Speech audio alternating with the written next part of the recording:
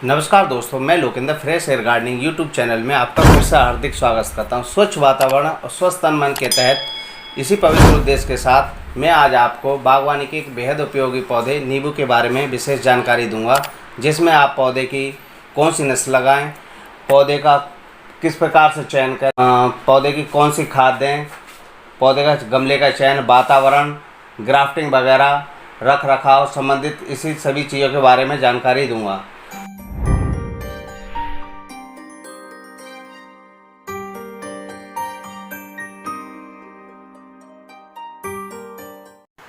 दोस्तों, मैं गमले में लगाने वाली कुछ उन्नत बेहद किस्में हैं, जिसमें कि मैं कुछ किस्मों के नाम लूँगा। इन किस्मों को ग्राफ्टिंग के तौर पर तैयार किया जाता है, जिससे कि इनके छोटे से ही साइज में फल आ जाए।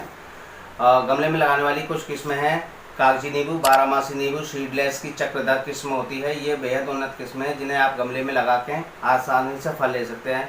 नंबर 2 पे आती है मूल्य। नींबू के पौधे का, किसी भी नींबू का पौधा हो या कोई सा भी पौधा हो, इसका आप पौधे की साइज के हिसाब से इनका पैसा कीमत होती है।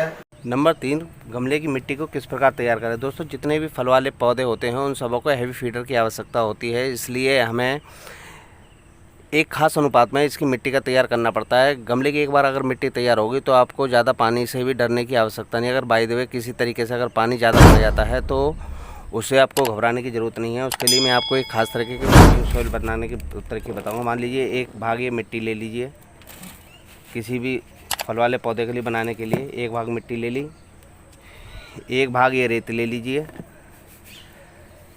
एक भाग रेत लेके अब दोस्तों ये बर्मी कंपोस्ट है। अब जितनी रेत ली है उसका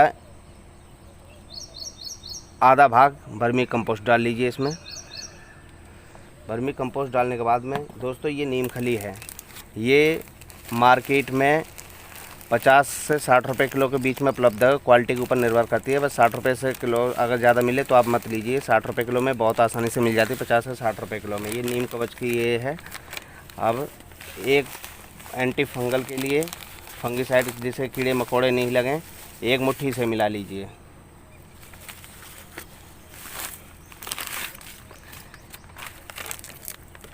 एक मुट्ठी से मिलाने के बाद में आप ये कोकोपीट देख रहे हैं। ये कोकोपीट दोस्तों ये नारियल का ऊपर का बुरादा होता है। ये मार्केट में इस तरीके का ब्लॉक मिलता है। इसमें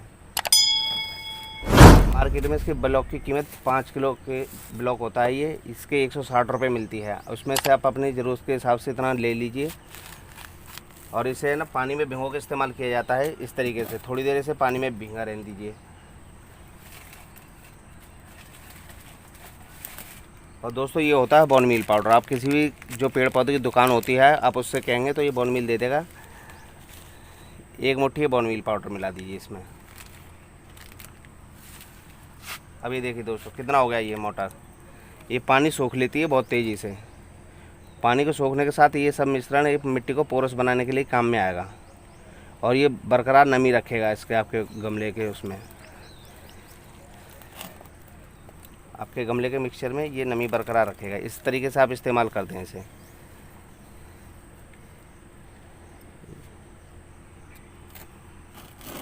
ये ले लिया।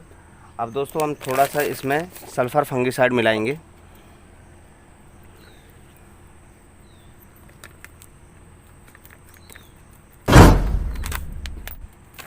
सिल्वर फंगिसाइड ये है, ये 100 रुपये किलो मिल जाएगा आपको आराम से। ये न्यूट्रिएंट्स वगैरह होते हैं इसमें काफ़ी। 1 चम्मच के करीब मिला लीजिए। अब दोस्तों ये जो मिक्सचर तैयार होगा ये आपका एक तरीके से हैवी फीडर वाला मिक्सचर तैयार हो गया, जो कि आपको गमले में बेहद उम्दा फल फूल देगा। ये अगर बाय द वे किसी तरीके से अगर पानी ज़्यादा पड़ भी जाता है तो घबराने की कोई ज़रूरत नहीं। बस आपको क्या ख्याल रखना है, इस मिक्सचर को आपको मिट्टी के गमले में भरना है। अब मिट्टी के गमला इस तरीके से लेके इसके जो पैंदे में छेद होता है उसमें ऊपर से ये ऐसे पानी निकासी के लिए टिकली सी रख दीजिए इस पर, और आपको कुछ नहीं करना, बस उसमें ये मिक्सचर भर दीजिए। दोस्तों हम घर पे साग सब्जी जो उगाते हैं हम पूरी तरह ऑर्गेनिक बनाने के लिए उगाते हैं, तो मैं इसमें कोई भी केमिकल वगैरह यूज़ नहीं करता अपने घर की सब्जियों में। जो फल वगैरह होते हैं मैं उन्हें पूरी तरीके से ऑर्गेनिक बनाता हूँ। ये इस तरीके से आप इसे भर दीजिए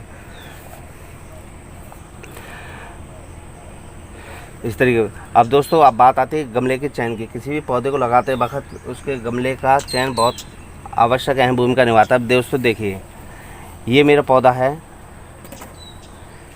नींबू का, इस पर ही मैं कटिंग से तैयार किया है। इस पर देखिए नींबू आ रहे हैं, ये देखिए नींबू आ रहे हैं। तो और ये रहा मेरा छोटे से इसमें ही।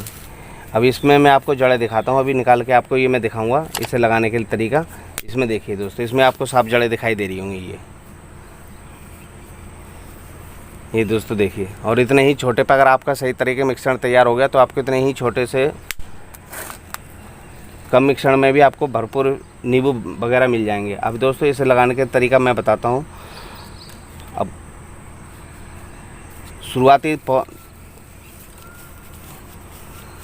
शुरुआती दौर में आप पौधे को इस तरीके से आप इसको निकाल लीजिए। शुरुआती दौर में आप पौधे को मिट्टी के ही गमले में लगाएं ताकि जड़ें वगैरह गलने का कोई चांस ना रहे इसमें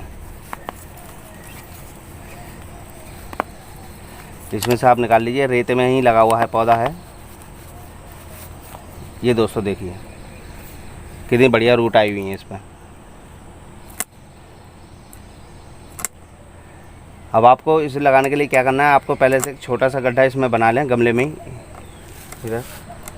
छोटा सा गड्ढा बनाने के बाद में इस पौधे को आप आसानी से इसमें रख दें, जड़ों को इस तरीके से फैलाते हुए। अब पहले इसमें थोड़ी सी मिट्टी डाल दीजिए,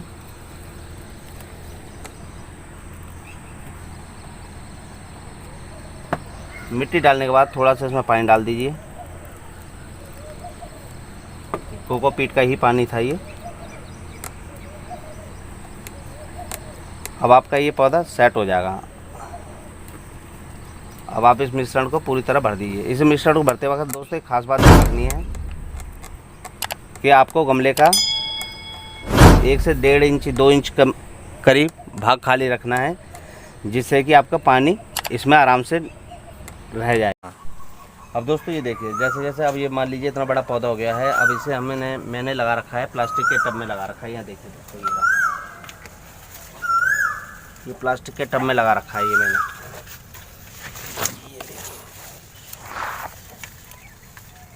प्लास्टिक के टब में लगा रखा है और देखिए दोस्तों इस पर नींबू देखिए। कहते हैं कि नींबू नहीं आते मेरे पौधे पे दोस्तों, बस थोड़ी सी बागवानी ऐसा कोई हुआ नहीं है। आप इसे आराम से थोड़ा सा ध्यान रखेंगे तो आपके ये इस तरीके से पेड़ पे आपके नींबू खूब भर के आएंगे। अब दोस्तों बात आती है वातावरण की। खास बात एक दोस्तों ये और है कि जब पौधे पे नींबू के फूल वगैरह आ रहे हों तो इसमें ज़्यादा पानी ना दें, बस हल्की सी नमी बना के रखें और इसके नीचे साफ़ सफाई का ध्यान रखें और नीचे इस तरीके के फूल लगाएं जिससे कि मधुमक्खियाँ वगैरह आकर इनकी परागकणों से फूल वगैरह रस ले लें इनसे। अब दोस्तों बात आती है वातावरण की। वातावरण के लिए हमें जो इसके ध्यान रखना है, ये हमें ऐसे ही धूप पे रखना है पूरी प्रॉपर धूप में, जिससे 7 से 8 घंटे की इस पर धूप लगे। अब बात आती है दोस्तों प्रोपोगेशन की। प्रोपोगेशन के लिए हम एक पौधे के अनेक पौधे इस तरीके से बना सकते हैं। मान लीजिए कटिंग करके, इसकी गुट्टी करके, ग्राफ्टिंग करके बीज आदि से पौधे तैयार हो जाते हैं। पर बीज आदि से दोस्तों जो पौधे तैयार होते हैं उन पर फल आने में 7 से 8 साल लग जाते हैं। जैसा कि मैंने अभी आपको दिखाया था, एक मेरे छोटे से मैंने बोतल में ही नींबू के पौधे आ गए हैं, कटिंग से ही तैयार पौधा है। बीमारी हुआ बचा दोस्तों, नींबू पर कुछ बीमारी आती हैं। ये पत्ते कुंडे से हो जाते हैं, इनमें रोग लग जाता है पत्तों में। इस पर तो है नहीं जो मैं आपको दिखा सकूं उस चीज़ के पत्ते। इस तरीके से देखिए दोस्तों ये रहे, ये इस तरीके से बीमारी लग जाती है इस पर। फल फूल झड़ जाते हैं। फल फूल झड़ने का कारण, मुख्य कारण मैंने अपने अनुभव से 21 साल के अनुभव से यही पाया है कि जो फल फूल झड़ते हैं उसमें आप पानी का रेशियो गड़बड़ा देने से फल फूल झड़ जाते हैं। अगर ज़्यादा पानी दे देंगे तो फल फूल झड़ जाएंगे, कम पानी देंगे तो फल फूल झड़ जाएंगे। सुंडी रोग, इस पर सुंडी भी आ जाती हैं दोस्तों। तो उसके बचाव के लिए आप, वो बड़ी बड़ी सुंडी सी आती है, तो उसके बचाव के लिए आप नीम घोल का पेस्ट का इस पर स्प्रे कर दें, नीम ऑयल का। और नहीं तो उन्हें सुड़ियों को चिमटी से पकड़ के फेंक दें। और ये पत्ते के नीचे ये फफोले वगैरह पड़ जाते हैं, इस तरीके के रोग से निकालने के लिए आप इनके पत्तों को ही निकाल दें। इसको पत्तों पे जाला, पत्तों का आकार बिगड़ जाता है ये इस तरीके से ही। इसके लिए आपको कुछ नहीं करना, सिर्फ नीम तेल का ही पेस्ट बना के कर दें। और अधिक प्रभावित रोग लगे तो नीम के पत्तों को उबाल कर ठंडा करके उन पर छिड़काव कर दें साफ। दोस्तों नींबू के पौधे लगाने के लिए हमें कुछ सावधानियों का ध्यान रखना पड़ेगा। इसके पौधे जो हैं फरवरी से मार्च और जुलाई से अगस्त लगाएं। अब दोस्तों मानसून आने वाला है, तो आप इसमें कोई भी पौधा लगाएंगे वो बहुत अच्छा चलेगा, बहुत अच्छी उसकी ग्रोथ रहेगी। दूसरा पॉइंट, तना छोड़ के खाद दें तथा प्रभावित हिस्से पर सूखी टहनियाँ निकालते रहे। अब मान लीजिए आपको इसमें पौधे में खाद देनी है, आपका पौधा बड़ा हो गया है किसी गमले में, अब आपको इसको खाद देनी है, तो आप इसके जो किनारे हैं इनको गुड़ाई करके इस तरीके से गुड़ाई करके कि थोड़ा सा हिस्सा इसका निकाल दें। जड़ों के पास खाद कभी भी ना दें, और इसी जो जगह है इसमें इस तरीके से खाद डाल दें। बर्मी कंपोस्ट वगैरह, नीम खली वगैरह जो भी आपको डालना है, इस तरीके से खाद डाल के ऊपर से थोड़ी मिट्टी को इस तरीके से उसे दबा दें, जिससे कि पानी देते वक्त खाद इधर उधर ना बह जाए इसकी। बस इतना करना है दोस्तों। फूल आते समय पानी का विशेष ध्यान रखें। फूल आते वक्त इसकी नमी बनाए रखें, ये ना रहे कि पानी इसमें खड़ा रहे या ना तो पानी इसका बिल्कुल सूख जाए। दोस्तों ये थे, इसके बाद अब पार्ट 2 में हम इस पौधे की औषधि गुणों की बात करेंगे। यदि आपको मेरी वीडियो अच्छी लगी हो तो प्लीज़ लाइक करें, शेयर करें, सब्सक्राइब करें। धन्यवाद दोस्तों।